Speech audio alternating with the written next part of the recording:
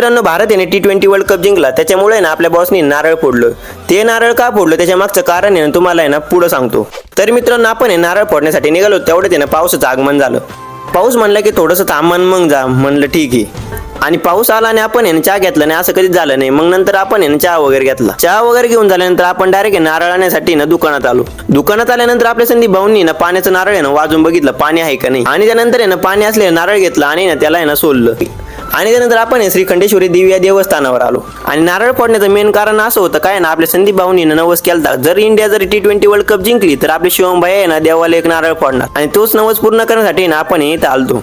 त्यानंतर आपण नारळ वगैरे फोडला आणि मग जाऊन ना देवीचं दर्शन घेतलं. आणि दर्शन वगैरे झाल्यानंतर आपण श्रीराम मंदिरात येऊन इथं दर्शन घेतलं. आणि त्यानंतर आपल्याला खंडोबाच्या मंदिरात पाया पडायला जायचं होतं. आणि जाताना आपल्याला नाही डोंगराचाच रोड लागला. त्या रोडने जाताना असं वाटत होतं आपण काय ट्रेकिंगच करतोय काय.